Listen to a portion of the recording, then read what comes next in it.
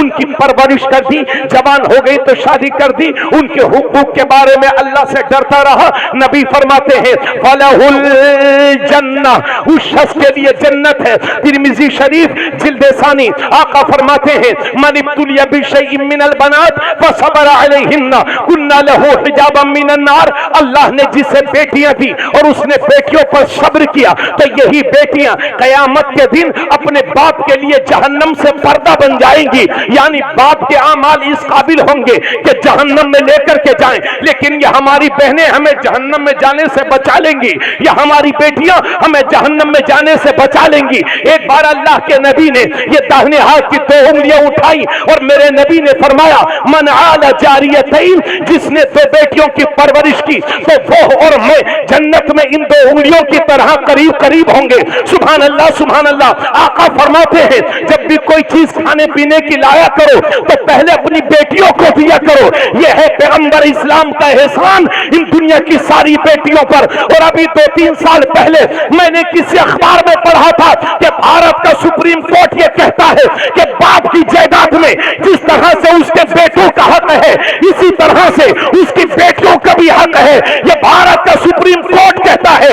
لیکن قربان ہو جاؤ اپنے نبی پر کہ جو باپ بھارت کا سپریم کورٹ آج کہہ رہا ہے وہی باپ 1400 سال پہلے مدینے کے دارالحکومت سے تمہارے نبی دنیا کو بتا رہے ہیں اور فرما رہے ہیں کہ باپ کی جائیداد میں جس طرح سے اس کے بیٹوں کا حق ہے اسی طرح سے اس کی بیٹیوں کا بھی حق۔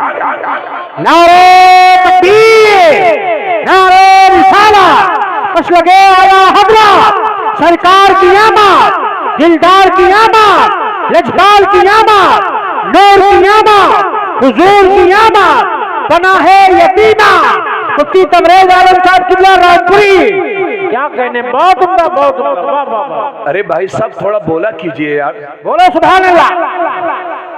آپ ایسے ہی بیٹھے رہیں گے تو ہم کو ایسا لگتا ہے کہ آپ کو ہماری بات سمجھ میں نہیں آ رہی، آپ بولتے رہیں گے تو ہم کو لگا ہے آپ ہماری بات سمجھ رہے ہیں، تو تھوڑا بولا کیجئے، کوئی بات اچھی لگے تو سبحان اللہ بولا کیجئے، کہیے سبحان اللہ۔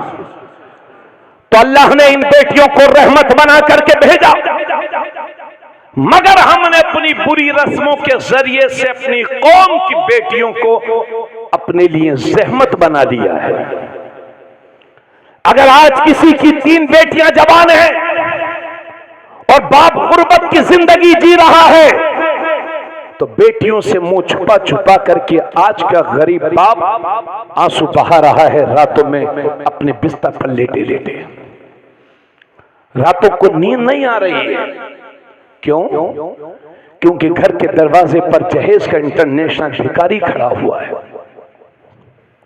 اور اے جہیز کے بھکاریوں، جن ہاتھوں کو سسرال کے آگے پھیلاتے ہو، کاش راتوں میں اٹھ اٹھ کر کے انہی ہاتھوں کو اپنے رب کے حضور پھیلا دو تو میرا رب اتنا دے گا کہ تمہاری نسلوں سے غریبی کا خاتمہ ہو جائے۔ کیا کہنے، کیا کہنے، تھوڑا بولے یار سبحان اللہ۔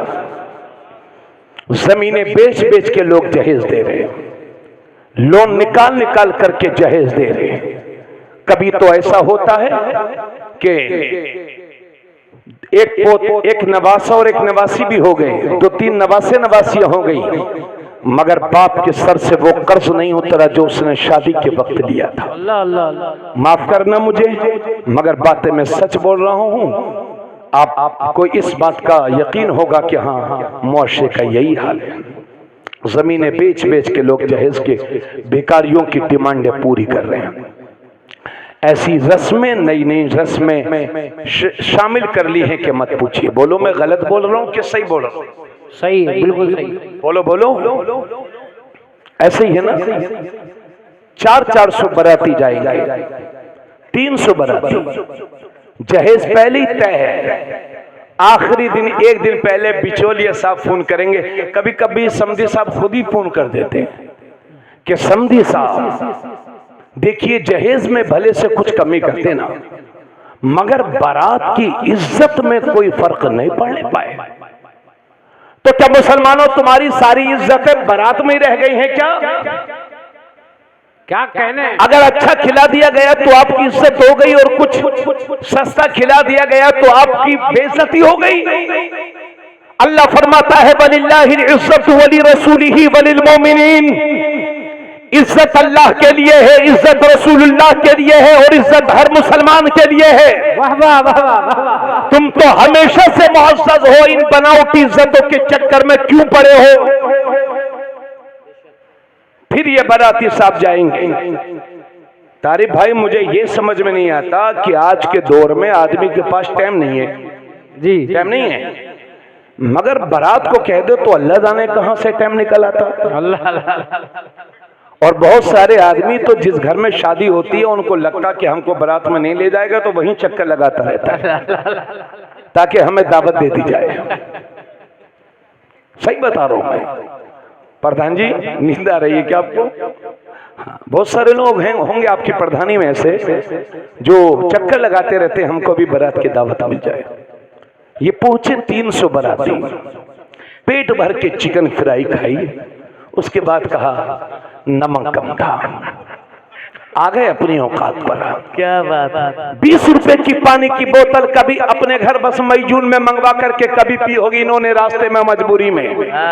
باقی یہ 20 روپے کی پانی کی بوتل یہ خود نہیں خریدتے ہیں, لیکن بارات میں گئے تو 20 روپے کی بوتل تھوڑا سا پانی پی رہے ہیں, تھوڑا سا ہاتھ دھل لیں, تھوڑا سا بچا دیا, اور اس کے بعد منہ سے صاف. ایسا لگتا ہے یعنی اتنے بڑے نواب کہ لکھنؤ کے نواب بھی اپنی قبروں سے دیکھتے ہوں گے تو سوچتے ہوں گے یا اللہ تیرا لاکھ لاکھ شکر ہے تو نے پہلے ہی ہمیں اپنے پاس بلا لیا, ورنہ 21ویں صدی کے لوگ تو ہم سے بڑے نواب ہیں. کیا بات ہے. اللہ اللہ. ہاں بہت جی حق ہے.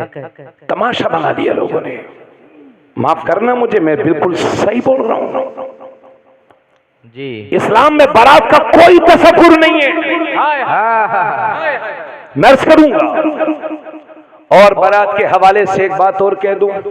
جی بارات جب جائے گی تو اس میں 10-15 لڑکے جائیں گے. بڑی اچھی اصلاح ہے ماشاءاللہ. یہ پھٹی ہوئی پینٹ والا 20 روپے کا چشمہ لگائے گا, نیلے پیلے بال کرائے گا, گٹکا کھائے گا, پہلی سی تیاری بنائے ہوئے بندر کی طرح بال کٹوا کے پہلی سی تیار ہے. اب یہ جائیں گے 10-15 بچے ناچنے, اور یہ میری قوم کی کیا بتاؤں ان کو کتنی بے شرمی ہو گئی ہے. عورتیں چھتوں پر کھڑے ہو کر کے ان کا ڈانس دیکھیں گی. جی یقین جانیے ایک بار میں میرے گاؤں میں اللہ کا شکر ہے بہت سدھار ہو گیا. ایک بار میں اپنے گاؤں میں تھا اور ہمارے گاؤں میں بارات آئی. میں باہر نکلا, میری طبیعت اپنے آپ کو مچل گئی. میں حیرت میں پڑ گیا, مجھے سب تعجب ہوا, اور میں سوچنے لگا یا اللہ ہمارے پڑھنے لکھنے سے کیا فائدہ جب ہم اپنے گاؤں کو نہیں سدھار پا رہے. کیا بات ہے. مسلمانوں یہ تمہارے ناچنے گانے کا وقت نہیں ہے, بہت بڑے امتحان سے گزر رہے ہیں آپ. اس بے شرمی بے حیائی کو دور کرو. یہ بندروں والے کام کیوں سیکھ لیا آپ نے؟ کنٹرول کرو ان بچوں پر. اور اس وقت بڑا افسوس ہوتا ہے کہ جب حیرت کی انتہا نہیں رہتی جب مسجد سے امام صاحب کہتے ہیں کہ جو جس کے گھر میں ڈی جے بجے گا یا شادی میں بینڈ باجا بجے گا یا ناچ ہوگا میں اس کا نکاح نہیں پڑھاؤں گا. تو امام نے اچھی بات بتائی, لوگوں کو برائیوں سے روکنا چاہا, مگر یہ الٹی کھوپڑی کا سیٹ امام ہی کا دشمن بن گیا. کیا بات ہے. اور امام کو بھگا دیا کیونکہ اسے تو نماز پڑھنی نہیں ہے, یہ تو جمعے والا ہے بس. الٹی کھوپڑی کا سیٹ اس نے امام کا ہاتھ دھو کے پیچھے پڑ گیا اور باہر نکل کے کہنے لگا ارے ایسے ایسے مولوی میں نے بہت دیکھے ہیں اور ایسے مولوی تو میری جیب میں پڑے رہتے ہیں. ارے حرام خور سیٹ, تو کرتے پجامے کا نام مولوی نہیں ہے. تیری پچھلی 7 نسلیں اور اگلی 7 نسلیں مل کر کے بھی کرتے پجامے تو خرید سکتی ہیں مگر کسی عالم ربانی کی زبان نہیں خرید سکتی. کیا بات ہے. نعرہ تکبیر, نعرہ رسالہ, مشرق اعلی حضرت, حق خطابہ, مجاہد سندھیا. ایسے لوگوں کا ساتھ دو, ایسے اماموں کا ساتھ دو جو اپنی قوم کو برائیوں سے روکنا چاہتے ہیں. اور سنو میری بات صاف صاف، اگر میرے خاندان میں ڈانس ہو رہا ہے، باجے بج رہے ہیں، اور اللہ نے مجھے اتنی طاقت دی ہے کہ میں اس کو رکوا سکتا ہوں، پھر بھی نہیں رکوایا، تو قیامت کے دن خدا مجھ سے بھی پوچھے گا اس بارے میں۔ کیا بات ہے۔ اس لیے آپ کی بھی یہ ذمہ داری ہے کہ برائیوں پر کنٹرول کرو۔ اور حضرات اتنی بات ہو گئی تو چلیے ایک بات اور عرض کر دوں، بات آگے بڑھاؤں۔ جی عطا۔ یہی وجہ ہے نئی نئی رسمیں اور شادی کی فضول خرچیاں، صحیح وقت پر شادی نہ ہونے کی وجہ سے ہماری قوم کی کتنی بیٹیاں بھاگنے پر مجبور ہو گئی، مرتد ہو گئی۔